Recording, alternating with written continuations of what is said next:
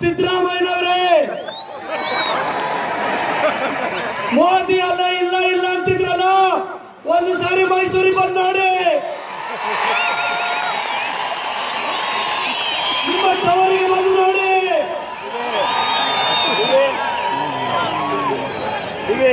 ಬರೋಕ್ಕಾಗಲ್ಲ ಅಂತಂದ್ರೆ ಟಿವಿ ಹಚ್ಕೊಂಡು ನೋಡಿ.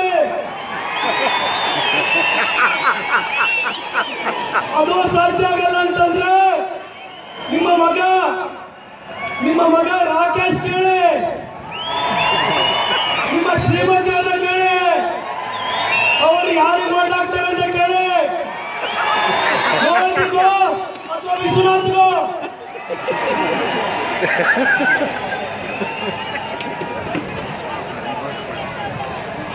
ಇವತ್ತು ದೇಶದ ಯಾವುದೇ ಚಾನೆಲ್ ತಿಳ್ಕೊಳ್ಳಿ, ಅದು NDTV ಇರ್ಬೋದು, ಬಿಜೆಪಿ ವಿಷಯದಲ್ಲಿ ಬಹಳ ಜಿಪಣ ಚಾನೆಲ್, CNN IBN ಇರ್ಬೋದು, ಹೆಡ್ಲೈನ್ಸ್ ಟುಡೇ ಇರ್ಬೋದು, ಟೈಮ್ಸ್ ನೌ ಇರ್ಬೋದು, ಅಥವಾ ಪತ್ರಿಕೆಗಳನ್ನು ತೆಗೆದು ನೋಡಿ, ಅದು ಹಿಂದೂಸ್ತಾನ್ ಟೈಮ್ಸ್ ಇರ್ಬೋದು, ಟೈಮ್ಸ್ ಆಫ್ ಇಂಡಿಯಾ ಇರ್ಬೋದು.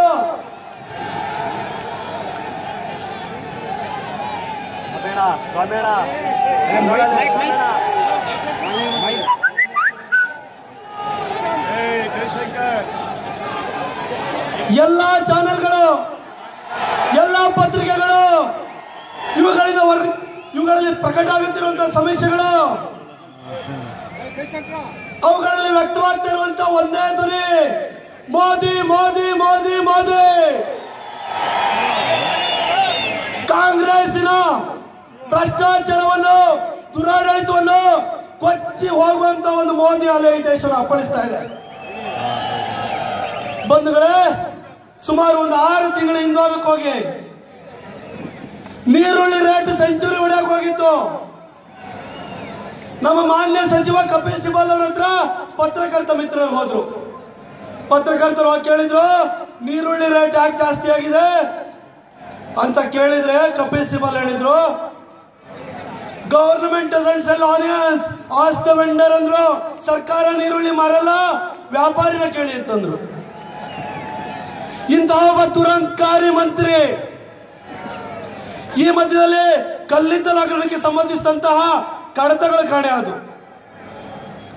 ನಮ್ಮ ಪತ್ರಕರ್ತರು ಪ್ರಧಾನಿ ಹತ್ರ ಹೋದ್ರು. ಫೈಲ್ ಏನಾದ್ರು ಅಂತ ಕೇಳಿದ್ರೆ ಪ್ರಧಾನಿ ಹೇಳ್ತಾರೆ, I am not the custodian of files. ಕಡತ ಕಾಯೋ ನಾನಲ್ಲ, ಕಪಾಟು ಕಾಯೋ ನಾನಲ್ಲ ಅಂತ ಹೇಳ್ತಾರೆ. 1,86,000 ಕೋಟಿ ರೂಪಾಯಿಯ ಕಲ್ಲಿದ್ದಲು ಹಗರಣ ಸಂಭವಿಸಿತು, ನಮ್ಮ ಪ್ರಧಾನಿ ಮಾತಾಡಲಿಲ್ಲ. 1,75,000 ಕೋಟಿ ರೂಪಾಯಿಯ 2G ಹಗರಣ ಸಂಭವಿಸಿತು, ನಮ್ಮ ಪ್ರಧಾನಿ ಮಾತಾಡಲಿಲ್ಲ. 75,000 ಕೋಟಿ ರೂಪಾಯಿಯ ಕಾಮನ್ವೆಲ್ತ್ ಹಗರಣ ಸಂಭವಿಸಿತು, ನಮ್ಮ ಪ್ರಧಾನಿ ಮಾತಾಡಲಿಲ್ಲ. 1,200 ಕೋಟಿ ರೂಪಾಯಿಯ VIP ಹೆಲಿಕಾಪ್ಟರ್ ಹಗರಣ ಸಂಭವಿಸಿತು, ನಮ್ಮ ಪ್ರಧಾನಿ ಮಾತಾಡಲಿಲ್ಲ.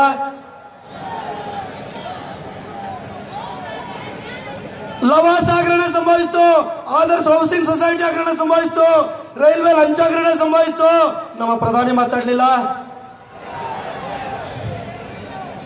ಹತಾಶರಾದಂತಹ ಪ್ರತಿಪಕ್ಷಗಳು ಸಂಸತ್ತಿನಲ್ಲಿ ಪ್ರಧಾನಿನ ಅಡ್ಡ ಹಾಕಿ ಉತ್ತರ ಕೊಡಿ, ಪ್ರಧಾನಿ ಅಂತ ಜವಾಬ್ದಾರಿತ ಸ್ಥಾನದಲ್ಲಿರೋರು ಉತ್ತರ ಕೊಡಬೇಕು ಅಂತ ಕೇಳಿದ್ರು. ಕೊನೆಗೆ ನಮ್ಮ ಪ್ರಧಾನಿ ಮಾತಾಡಿದ್ರು.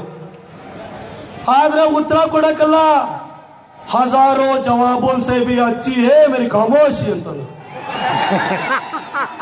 1000 ಉತ್ತರಗಳಿಗಿಂತ ನನ್ನ ಮೌನವೇ ಲೇಸು ಅಂದ್ರು. ನಮ್ಮ ಟ್ವಿಟ್ಟರ್ ಫೇಸ್ಬುಕ್ ನಲ್ಲಿರುವಂತಹ ಮಿತ್ರರು ಮನಮೋಹನ್ ಸಿಂಗ್ ಅವರಿಗೆ ಮರುನಾಮಕರಣ ಮಾಡಿದ್ದಾರೆ. ಅವರು ಮನಮೋಹನ್ ಸಿಂಗ್ ಅಲ್ಲ, ಮೌನ ಮೋಹನ್ ಸಿಂಗ್ ಅಂತ. ಬಂಧುಗಳೇ, ಒಂದು ಆಳುವ ಸರ್ಕಾರ ಮುಂದಿನ ಚುನಾವಣೆಗೆ ಹೋಗಬೇಕಾದ್ರೆ ಹಿಂದಿನ 5 ವರ್ಷ ಯಾವ ಸಾಧನೆಯನ್ನು ಮಾಡಿದ್ದು ಅಂತಲೇ ಜನರ ಮುಂದಿಟ್ಟು ಜನಾದೇಶವನ್ನು ಕೇಳ್ತವೆ. ಪ್ರತಿಪಕ್ಷಗಳು ಆಳುವ ಪಕ್ಷದ ವೈಫಲ್ಯವನ್ನು ಜನರ ಮುಂದಿಟ್ಟು ನಮಗೆ ಜನಾದೇಶ ಕೊಡಿ ಅಂತ ಕೇಳ್ತವೆ. ಆದ್ರೆ ಇವತ್ತು ನಮ್ಮ ಕಾಂಗ್ರೆಸ್ಸಿನ ಮಿತ್ರರನ್ನು ನೋಡಿ, ಹೇಳ್ಕೊಳಕ್ ಏನೂ ಇಲ್ಲ. ಏನ್ ಹೇಳ್ತಾರೆ? ಕಲ್ಲಿದ್ದಲು ಹಗರಣ ಹೇಳ್ತಾರ, 2G ಹಗರಣ ಹೇಳ್ತಾರ, VIP ಹಗರಣ ಹೇಳ್ತಾರ, ಕಾಮನ್ವೆಲ್ತ್ ಹಗರಣ ಹೇಳ್ತಾರ. ಮುಖ ಮುಚ್ಕೊಳ್ತಿರುವಂತ ಪರಿಸ್ಥಿತಿ ಬಂದೋಗಿದೆ ಇವತ್ತು ಅವರಿಗೆ.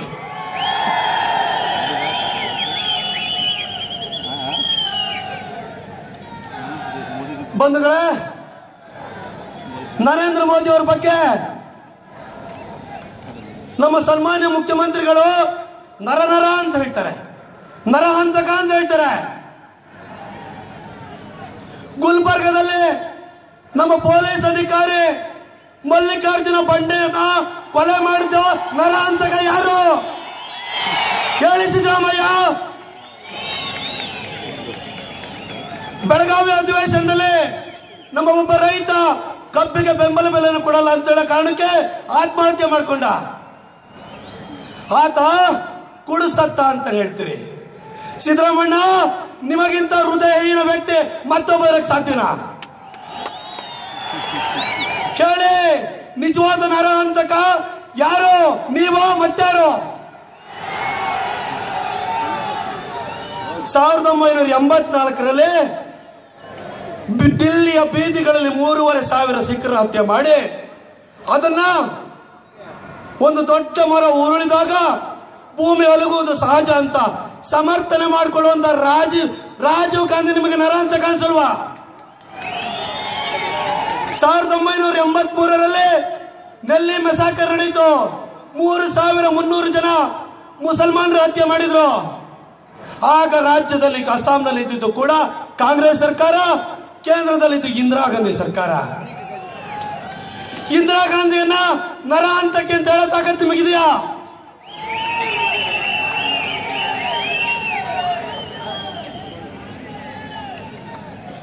ನನಗೆ ಬಹಳ ಸೋಜಿಗ ಹುಟ್ಟಿಸುವಂತ ಸಂಗತಿ ಅಂತಂದ್ರೆ, ಕಳೆದ 11 ತಿಂಗಳಿಂದ ಸಿದ್ದರಾಮಯ್ಯನವರು ಮುಖ್ಯಮಂತ್ರಿ ಆಗಿದ್ದಾರೆ. ತಾನೇನು ಸಾಧನೆ ಮಾಡಿದೆ, ಜನರಿಗೆ ಏನು ಒಳ್ಳೇದು ಮಾಡಿದೆ ಅಂತ ಹೇಳಿ ಇವತ್ತು ಜನಾದೇಶನ ಕೇಳ್ತಾ ಇಲ್ಲ. ಬದಲಿಗೆ ಮೋದಿ ದೂಷಣೆ ಮಾಡುವಂಥದ್ದು ಇದೇ ಇವರ ಇವತ್ತು ನಿತ್ಯದ ಕಾಯಕ ಆಗೋಗ್ಬಿಟ್ಟಿದೆ. ಆದ್ರೆ ಬಂಧುಗಳೇ, ನಾನು ಸನ್ಮಾನ್ಯ ಸಿದ್ದರಾಮಣ್ಣ ಅವರಿಗೆ ಬಹಳ ವಿನಯಪೂರ್ವಕವಾಗಿ ಒಂದು ಘಟನೆನ ನೆನಪಾಡ್ಲಿಕ್ಕೆ ಇಷ್ಟಪಡ್ತೀನಿ. 1975ರಲ್ಲಿ ಇಂದಿರಾ ಗಾಂಧಿ ಅವರು ನಮ್ಮ ದೇಶದ ಮೇಲೆ ತುರ್ತು ಪರಿಸ್ಥಿತಿಯನ್ನು ಹೇರಿದ್ರು. ಆ ಸಂದರ್ಭದಲ್ಲಿ ಡೆಲ್ಲಿನಲ್ಲಿ ಕಾಮನ್ವೆಲ್ತ್ ಶೃಂಗಸಭೆ ಏರ್ಪಾಡಾಗಿತ್ತು. ಆಗ ಬಿಜೆಪಿ ಅದರ ಜನಸಂಘ ಇತ್ತಲ್ಲ, ಜನಸಂಘದವರು ಒಂದು ಪ್ರಶ್ನೆ ಪತ್ರಿಕೆಗಳ ಮಾಲೆಯನ್ನು ಮಾಡಿದ್ರು. 20 ಪ್ರಶ್ನೆಗಳನ್ನ ರೆಡಿ ಮಾಡಿದ್ರು. ಅದನ್ನು ತಗೊಂಡು ವಾಜಪೇಯಿ ಅವರ ಬಳಿಗೆ ಹೋದ್ರು. ವಾಜಪೇಯಿ ಬಳಿಗೆ ಹೋಗಿ ಪ್ರಶ್ನೆಗಳನ್ನ ತೋರಿಸಿದ್ರು. ನಾವು ಇಂದಿರಾ ಗಾಂಧಿಗೆ 20 ಪ್ರಶ್ನೆ ಹಾಕಿದೀವಿ, ಸರಿನಾ ತಪ್ಪಾ ಅಂತ ಕೇಳಿದ್ರು. ವಾಜಪೇಯಿ ಎಲ್ಲಾ ಪ್ರಶ್ನೆಗಳನ್ನು ನೋಡಿ ಸರಿ ಇದೆ ಅಂತ ಹೇಳಿ ಇನ್ನೇನು ವಾಪಸ್ ಕೊಡ್ಬೇಕು, ಅಷ್ಟರಲ್ಲಿ ಪೆನ್ ಕೊಡು ಅಂತ ಕೇಳಿದ್ರು. ಪೆನ್ನೇನು ಇಸ್ಕೊಂಡು ಹೇಳು ಒಂದು ಸಣ್ಣ ತಿದ್ದುಪಡಿ ಮಾಡಿದ್ರು. ಆ ತಿದ್ದುಪಡಿ ಏನ್ ಗೊತ್ತಾ? ಆ ಪ್ರಶ್ನೆ ಪತ್ರಿಕೆ ಇದೆಯಲ್ಲ ಅದ್ರ ಮೇಲೆ ಇಂದಿರಾ ಜವಾಬ್ದು ಅಂತ ಬರೆದಿದ್ರು. ವಾಜಪೇಯಿ ಅದನ್ನ ಚೇಂಜ್ ಮಾಡಿ ಹೇಳಿದ್ರು, ಇಂದಿರಾಜಿ ಜವಾಬ್ ದೀಜಿ ಅಂತ. ಇಂತಹ ಮೇಲ್ಪಂಕ್ತಿ ಭಾರತೀಯ ಜನತಾ ಪಕ್ಷಕ್ಕಿದೆ. ಆದ್ರೆ ಅದೇ ಇಂದಿರಾ ಗಾಂಧಿ ಅವರ ಸೊಸೆ ಸೋನಿಯಾ ಗಾಂಧಿ 1998ರಲ್ಲಿ ಉಜ್ಜಯಿನಿನಲ್ಲಿ ನಿಂತ್ಕೊಂಡು ಒಂದು ಮಾದರಿ ಮೇಲ್ಪಂಕ್ತಿನ ಹಾಕಿಕೊಟ್ಟಂತಹ ವಾಜಪೇಯಿ ಅವರಿಗೆ ಗದ್ದಾರ್ ಅಂತ ಕರೆದ್ರು. ಕಾಂಗ್ರೆಸ್ ಪಕ್ಷದ ಅಧಿನಾಯಕಿಯ ಬಾಯಲ್ಲೇ ಇಂಥ ಮಾತುಗಳು ಹೊರಡೋದಾದ್ರೆ ಇನ್ನು ಸಿದ್ದರಾಮಯ್ಯನವರು ವಿಶ್ವನಾಥ್ ಅವ್ರ ಬಾಯಿಂದ ಇನ್ನೆಂಥ ಮಾತುಗಳನ್ನು ನಿರೀಕ್ಷೆ ಮಾಡ್ಲಿಕ್ಕೆ ಸಾಧ್ಯ? ನಮೋ ಅನ್ನೋದನ್ನ ನಮ್ಮ ಇವರು ವಿಶ್ವನಾಥ್ ಅವರು ಲೇವಡಿ ಮಾಡ್ತಾರೆ. ನಮೋ ಅಂದ್ರೆ ನನಗೆ ಮೋಸ ಅಂತ ಹೇಳ್ತಾರೆ. ಆದ್ರೆ ನಿಜವಾದ ಮೋಸಗಾರ ಕಳೆದ 5 ವರ್ಷಗಳಲ್ಲಿ ಕೊಡಗು ಮತ್ತು ಮೈಸೂರು ಜಿಲ್ಲೆಯ ನಾಗರಿಕರಿಗೆ ಮೋಸ ಮಾಡಿರುವಂತ ವ್ಯಕ್ತಿ ಈ ವಿಶ್ವನಾಥ್. ಯಾವ ಅಭಿವೃದ್ಧಿ ಕಾರ್ಯ ಮಾಡಿದ್ದಾರೆ ಹೇಳಿ?